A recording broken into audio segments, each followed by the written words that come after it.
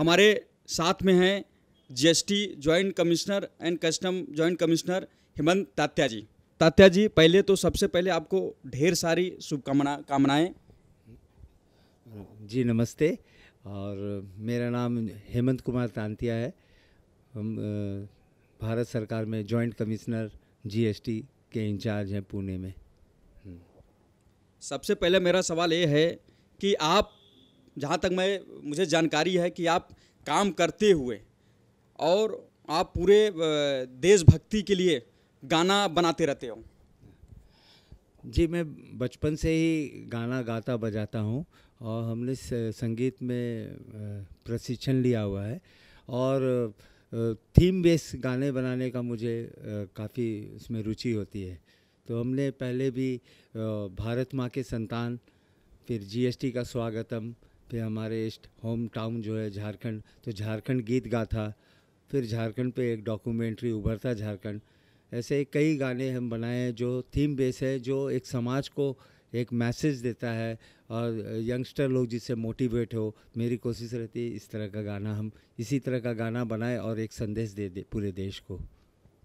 जहाँ मुझे जानकारी है कि एक जीएसटी ऐसा विभाग है, साथ साथ में कस्टम का, जो लोग काफ़ी व्यस्त रहते हैं, फिर भी आप इतना समय निकाल कर के देशभक्ति के लिए गाना बनाते, कैसे संभव हो पाता है? जी, गाना बनाना या इस तरह का किसी भी तरह का कला जो है, जब पैशन होता है तभी हो पाता है। तो एक तरह का पैशन है मुझे बचपन से ही गाना लिखने का, बजाने का, संगीत से अपने आप को जुड़े रखने का। और इसके लिए मुझे ये कोई कठिनाई नहीं लगती है इसमें। और जहाँ तक काम की बात है, तो काम तो हर एक इंसान करते हैं। तो काम के लिए समझिए, अगर आदमी 12 घंटा भी अगर देता है तो 12 घंटा बाद बाकी उनके पास अपना रहता है। This is all about time management. तो मुझे कोई विशेष परेशानी नहीं होती है, क्योंकि ये मेरा पैशन है इस पे। और काम, हाँ, काम तो बहुत ज़्यादा रहता है, लेकिन काम को ज़्यादा प्रेशर अपने ऊपर में ना लेते हुए, हमेशा इस तरह का एक कलाकार होने के नाते मुझे कोई ऐसे बहुत ज़्यादा परेशानी नहीं होती है। अभी तक आपने कितनी देशभक्ति के ऊपर गाना बना चुके हैं, और उसमें मतलब क्या किस तरह का गाना था? देखिए, गाना तो हर एक तरीके का हम बना लेते हैं, क्योंकि गाना सब सिचुएशन के हिसाब से बनता है। लेकिन हाँ, थीम बेस गाने बनाने में मुझे ज़्यादा रुचि है, क्योंकि इससे एक संदेश देश को मिलता है। तो पहले हमने भारत माँ के संतान, हम एक देशभक्ति गीत हम बनाए थे। उसके बाद हम जीएसटी का स्वागतम करके, जीएसटी जब 1 जुलाई 2017 में आया, तो उसके लिए एक गाना बनाए थे, जिसको हमने अपने विभाग में इसको प्रेजेंट किया था। और उसके बाद हमने, जब हमारे झारखंड के मुख्यमंत्री साहब ने मुझे ये आदेश दिए थे कि अगर आप इतने अच्छा काम करते तो झारखंड पे भी कुछ बनाएं, तो हमने झारखंड पे झारखंड गीत गाथा और उभरता झारखंड करके एक गीत और एक डॉक्यूमेंट्री बनाए थे। और फिर उसके बाद अभी हम तिरंगा पे एक देशभक्ति गीत फिर से बना रहे हैं, जो 26 जनवरी को रिलीज़ होगा। लेकिन इसके पहले महात्मा गांधी जी के 150वीं जयंती होने वाली है 2 अक्टूबर को, अगले सप्ताह। तो उसके लिए हमने एक बापू करके एक गाना बनाया है, जो काफ़ी मधुर गीत है। और इस गाने को हमने काफ़ी रिसर्च करके बनाया है, और हमें उम्मीद है कि सब पूरे देशवासियों को ये गाना बहुत अच्छा लगेगा। जब ये बापू की 150 जयंती के उपलक्ष्य में आपने एक बापू के नाम की सीडी निकाली हुई है, अपने गाना खुद गाया हुआ है, ये सोच आई कहाँ से तात्या जी? ये दरअसल 150वीं जयंती कभी होने वाला है ये मुझे मालूम नहीं था।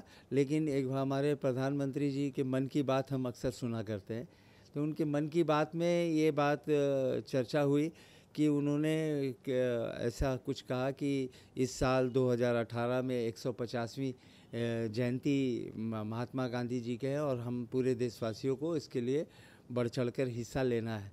तो मुझे ऐसा लगा कि मेरा जो स्ट्रेंथ है, जो हम गाना लिख सकते हैं, बजा सकते हैं, तो हम अपना गाना के रूप में उनको श्रद्धांजलि दें। और जब ये गाना बहुत ही मधुर गीत जब बन गया तो मुझे लगा इसी बहाने हम अपने परिवार के लोगों को साबरमती और वर्धा और पोरबंदर घुमा के ले आए, जिससे उन्होंने गांधी जी का कंट्रीब्यूशन को लोग समझ पाएंगे और गांधी जी हमारे देश के लिए कितने हमारे राष्ट्रपिता का कितना बड़ा त्याग और बलिदान है उसको बताने की कोशिश के लिए हम अपने पूरे परिवार के साथ ये 3 जगह हम यात्रा किए, वहाँ के लोगों से मिले, वहाँ के संस्थापक से मिले और वहाँ के कमेटी मेंबर से मिले। वो लोग बहुत खुश हो गए कि इस तरह का इतना मधुर गीत बना है, तो उन्होंने हमें पूरी मदद की वहाँ पर शूटिंग करने के लिए और इस तरह से एक बहुत ही अच्छा गाना बन गया है। ये बापू नाम की जो सीडी आपने बनाई है, इसके लिए कितने दिन आपको लगे और कहाँ-कहाँ ये इसकी जो है शूटिंग आपने मतलब पे इसमें नेचुरल क्या है? ये गाना बनाने में मुझे लगभग 2 महीने का समय लगा, क्योंकि ऑफिस के काम करने के बाद ही सैटरडे संडे में ही इस गाने पे काम करते थे हम। लेकिन ये गाना बनाने के बाद जब ये गीत बहुत ही मधुर गीत बन के तैयार हुआ, जब सभी लोगों को अच्छा लगने लगा, तो मुझे लगा इसकी शूटिंग जो है उसको ज़्यादा से ज़्यादा रियलिस्टिक हो, इसके लिए हमने खुद से साबरमती जाने का डिसाइड किया। तो साबरमती जब जाए गए, गांधी जी वहाँ 13 साल रहे थे और दांडी मार्च वहीं पे हुआ था। तो फिर उसके बाद ऐसा ख्याल आया कि जीवन के अंतिम 14 साल वो वर्धा में थे, वहाँ भी जाना चाहिए, वहाँ पर भी जाके वहाँ का एनर्जी को फील करना चाहिए। तो वैसे ही फिर इसी तरह पोरबंदर में जाके, जहाँ उनका जन्म स्थान है, वहाँ जाके वहाँ पर कुछ अनुभव प्राप्त करना चाहिए। इस ख्याल से हम केवल खुद ही नहीं, अपने परिवार के साथ हम गए, जिससे कि बच्चों में भी ये भावना आए कि हमारे राष्ट्रपिता महात्मा गांधी कितने महान थे, उनके विचारधारा क्या थी और उसको कैसे हम उसको अपने जीवन में इम्प्लीमेंट कर सकते हैं। ये बापू नाम की जो सीडी है या जो गाना आपने बनाई है, ये लोगों को क्या मैसेज देगा, युवाओं को, वरिष्ठों को किस तरह का मैसेज ये प्रेरणादायक मतलब होगा? इसमें मैसेज ही मैसेज है, क्योंकि बापूजी जिसमें उनका जो त्याग और बलिदान था देश के लिए, साथ ही साथ ऊंच नीच में कोई भेदभाव नहीं, तो इस तरह के जो सत्य और अहिंसा के जो इतने बड़े प्रचारक थे, तो वह हमको लगता है कि ये पूरे देश के लिए अभी बापू के जो सिद्धांत थे वो पूरे देश को बहुत ही ज़्यादा ज़रूरत है उसकी। और युवा को फिर से हमने एक कोशिश है कि युवा फिर से अपने महात्मा गांधी जी को जानने की कोशिश करे और उनका कंट्रीब्यूशन को देखे, क्योंकि अभी मुझे खुद भी बहुत आश्चर्य हुआ जब हम वर्धा में गए तो 6 बजे शाम को वहाँ सब कोई एक बार इकट्ठे होते हैं और गांधी जी के नाम पे सभी कोई प्रार्थना करते हैं और उसमें सभी धर्म का जो मुख्य प्रार्थना है उसको सब लोग गुनगुनाते हैं, गाते हैं। तो ये इतनी बड़ी भावना है, आप वहाँ जाएंगे तो आपको फील होगा कि उनके मतलब गांधी जी के विचार कितने महान विचार थे और वैसे महान विचार को रीस्टोर करने की ज़रूरत है। हमें अपने युवा को फिर से एक बार मेन स्ट्रीम में लाना है और गांधी जी का पॉलिसी को फिर से, उनके सिद्धांत को लोग उसको अपनाएं और उनको अपने दिल के करीब में रखें। ऐसी मेरी भावना है कि हम ऐसा चाहते हैं कि पूरे देश को के युवा को ये अपनाना चाहिए। आपने देशभक्ति के नाम पे बहुत सारे आपने गाना सीडी निकाली हैं, लेकिन उसमें से एक भारत के संतान है हम नाम का गाना था जो काफ़ी लोकप्रिय हुआ था। उस बारे में इतना मतलब खास क्या था उस पर? जी, आप अगर हम लोग पैन इंडिया में जो रहते हैं, हम लोग देश में जब रहते हैं तो काफ़ी सुरक्षित रहते हैं, लेकिन हम लोग को ये सुरक्षा देने वाले जो है हमारे जवान, वीर जवान जो है जो बॉर्डर में है, उसके विषय में विशेष चर्चा हमने किया है उस गाने में। और साथ ही साथ जिनके बदौलत हमें ये आज़ादी मिली है, जो हमारे स्वतंत्रता सेनानी थे, उनका जो बलिदान था, तो उनको भी हमने बहुत ही अच्छे तरीके से याद किया है उस गाने के ज़रिए।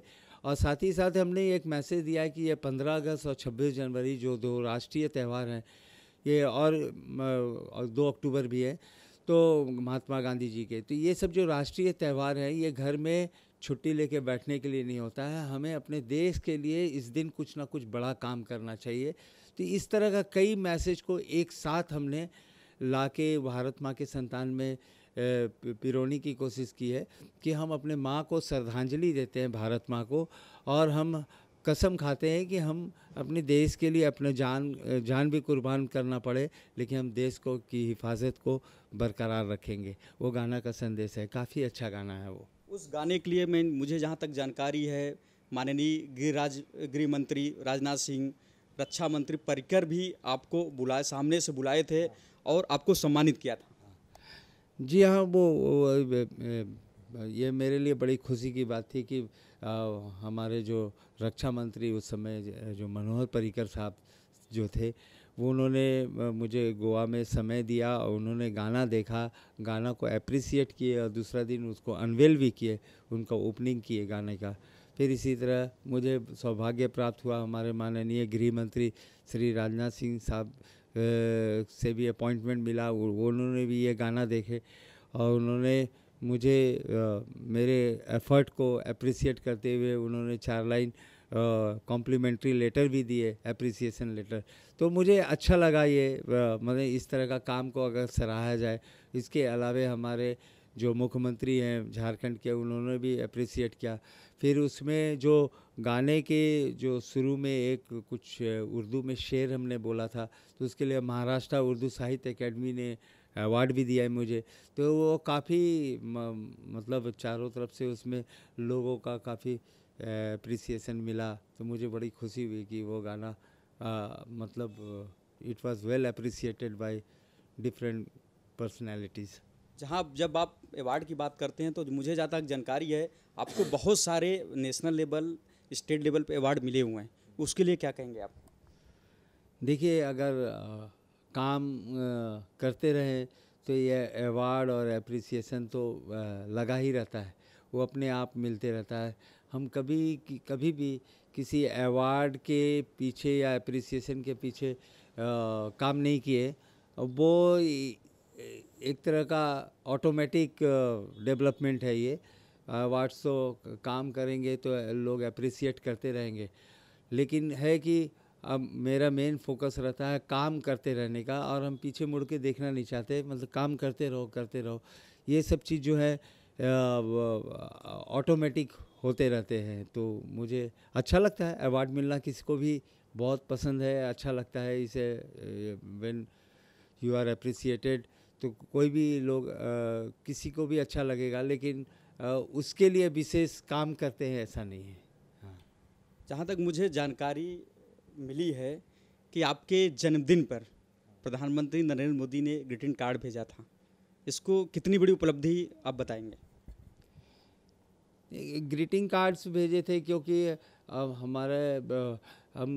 कोई भी अगर ऐसा काम अच्छा अगर देश के लिए करते तो हम चाहते हैं कि उनको हम अपने प्रधानमंत्री जी या अन्य भी जो वरिष्ठ नेतागण हैं उनके साथ शेयर करें।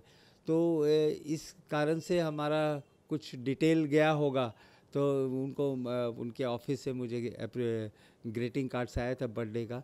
अच्छा लगा, बहुत अच्छा लगा, क्योंकि प्रधानमंत्री हमारे दिल के बहुत करीब है, और अगर इतने बड़े शख्सियत से अगर कुछ आपको किसी तरह का लेटर आता है या तो खुशी तो होती ही है। बहुत अच्छा लगा। एक अंतिम सवाल आपसे, आगे भविष्य में फ्यूचर के लिए युवा को क्या संदेश देना चाहेंगे? देखिए, हमारे देश में युवा ही एक बड़ी ताकत है।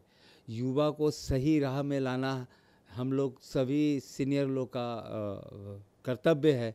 युवा भटके नहीं, युवा मेन स्ट्रीम में जुड़ा रहे, इसके लिए हम लोग को काम करते रहना चाहिए।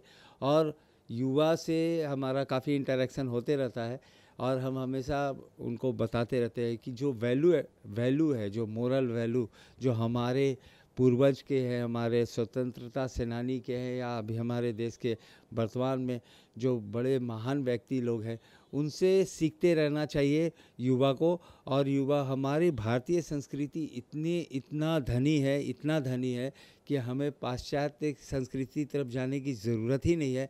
आप किसी भी फील्ड में देख लें, हमारा अपनी संस्कृति में इतना कुछ है, इतना हम लोग धनवान हैं कि उसी को अडॉप्ट करें। हम युवा को चाहते हैं कि इस चीज़ को वो अपने देश के जो हमारी संपत्ति है उसको बरकरार, उसको समझने की कोशिश करें और मेन स्ट्रीम में जुड़े रहे और इधर उधर ना भागते हुए भारत की संस्कृति को ही फॉलो करें, ऐसा हम चाहते हैं। इसके लिए हम युवा को ये विशेष संदेश देना चाहते हैं कि हमेशा हमारे देश में इतने चीज़ है, इतना धन संपत्ति है, इतनी ज्ञान की बातें हैं जो विदेश में नहीं है। हमारी ही बातें को वो लोग अपने तरीके से अपना लेते हैं और वो लोग बताते हैं कि उनका कंसेप्ट है, सारा कंसेप्ट हमारा हिंदुस्तान का है। तो उससे ही जुड़ा रहे युवा, मेरी यही इच्छा है। ये हमारे साथ में थे जीएसटी और कस्टम के जॉइंट कमिश्नर हेमंत कुमार तात्या जी, जिन्होंने अपने जवाब बेबाकी से रखा। कैमरामैन सदानंद शेट्टी के साथ जितेंद्र मिश्रा, इन 24 न्यूज़, मुंबई।